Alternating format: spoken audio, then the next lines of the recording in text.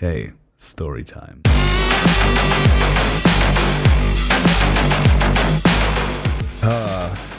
This is a dark one. So, wind the clock back to 2005. I'm 15, and I just get assigned a new class in school. Right, there's this girl there.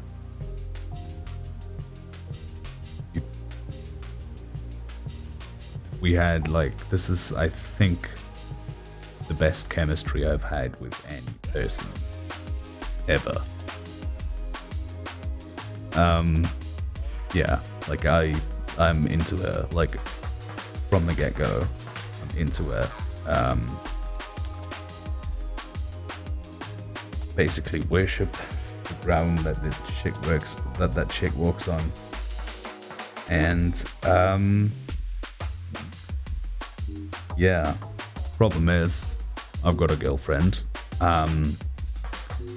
So, and I loved hair as well, so didn't want to be an asshole. Then a year into it, I think. So there was a year where we sort of just hung out and whatever. And a year into it, she had a boyfriend as well. And my relationship had ended at that point, I think. But anyway, so we were both unavailable for various reasons. And I don't think she was into me that way. I'm gonna say that right now. But yeah, so this continued to be a very colorful friendship, I guess. That lasted well into my 20s. So we'd, I think when I did my, so here's sort of the scope of things, right? When I did my voluntary service in, the thing that you're supposed to do when you dodge the draft, because that was a thing. You had to dodge the draft when I was a teenager, or you had to go to the military, I guess. But yeah, I didn't. So when I did that, she was the only person who came to visit me. So this is that shit was real. That was some real fucking shit. So basically, yeah, I'm super into her, right? We meet up rarely, I guess.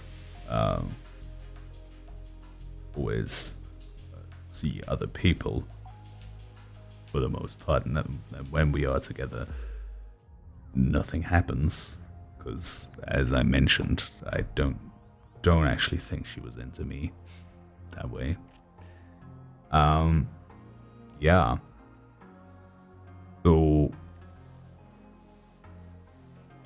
at some point, it started hurting, the sort of the friendship thing, the whole aura of it wasn't enough to contain my hormones anymore, right? It wasn't it didn't really make sense for me to keep bottling that shit up, and sort of, you feel like you're lying to the person as well. This is another thing. You feel like you're lying to yourself on the one hand, and you're lying to the other person. And so I tried reaching out,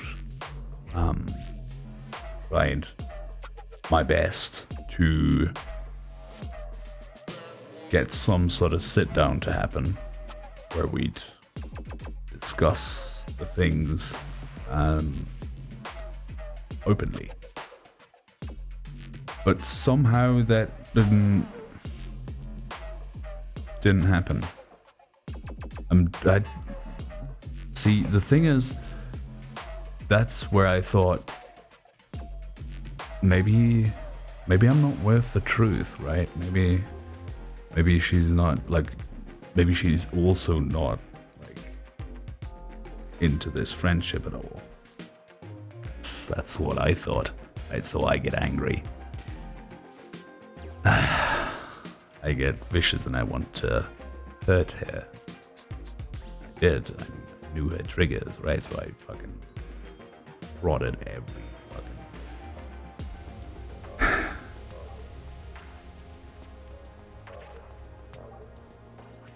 Yeah. I basically took every opportunity I got to be mean to her. And sort of my reasoning was for this, since I wasn't able to get my sit down, right? I wasn't able to get anything, you know, in the way of like a discussion happening.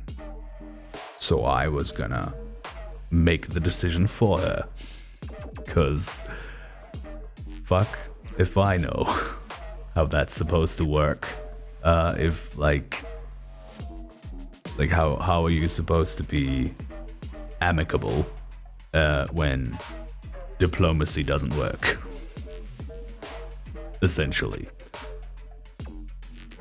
So yeah, I got angry. I got really pissed. I started hurting her. That's just saying mean shit, like really hurtful stuff all the time. And then out of the blue, she asks me to receive her emotional garbage stuff, right? And we'd always done that. Like before I ask for the sit down, we'd always sort of exchanged horror stories, emotional horror stories and whatever, right? But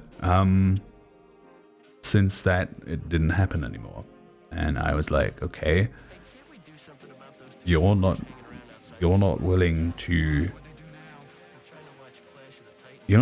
listen to me and tell me what's on your mind after that, right?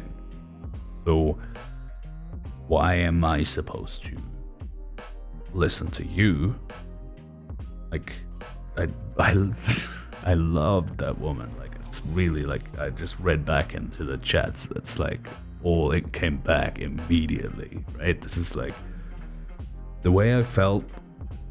I don't think I've felt like that ever again so far. So that's something. And I'm 32, so I don't know. Statistically becoming unlikely that that'll ever happen again. So, yeah. I'm basically at this point in the story, I'm like, what do I do? Like, how do I get this to happen? How do I get to say the things that I want to say without her having like the ability to fucking tune it out, you know? Because I don't know. So essentially, like, after doing a lot of mean-spirited shit, I would say, okay, no, actually we met in person once during that time, and I took her to the side and I fucking, like, I was drunk as shit. That's a lot of, like, I drank a lot of drank a lot of alcohol during that time as well. Like there were a lot of stuff that was there was a lot of stuff that was said in a very drunken mind as well, in a very drunk head. So I was drunk as fuck, and I don't know if it would have helped if I was sober at that point, but set her aside and just gave her the whole shebang. No structure, nothing, right? She didn't react. IRL. Fucking ghosted IRL. So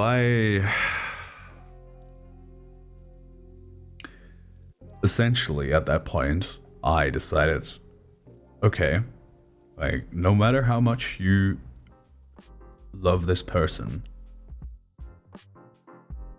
this needs to stop. This has to stop. It's just hurting you. It's just hurting you. So you have to cut her out of your life. Somehow. Right? So I think one of the last things I said to her was there was this party that was like going on at Christmas every year in the same place, and we'd all sort of meet up there for like our at least once in a year thing that we did. And I asked her if she was gonna be there, and she said, yeah, don't fucking tell me what to do. And I said, nah, like this is the first year that I'm gonna not be present there. So, and if you meet me in the future, I will fucking start a scene. That's what I said. It's not what happened, obviously, but it's like I felt that with all my heart at that point. Yeah, now it's fucking 8 years later, and I regret all that shit. Like, my life's changed. I'm no longer in sort of a negative feedback loop regarding that. Not talking to only people who are as sad as me about it.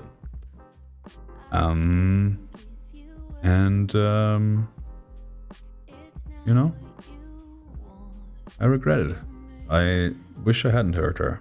Like I wish I'd just like stopped at some point and just like went away. But that would have hurt more. Cause I didn't get to I wouldn't have gotten to spew all that spiteful stuff. Probably like I thought it would help at that point, but in retrospect, didn't help me, didn't help her, didn't help anyone. So I guess the moral of this story is be kind. Try and be kind. Don't be like me. Don't be like me. I am a douchebag at heart. Like I don't want to be. And I think I'm getting better, but don't be like me. Cheers.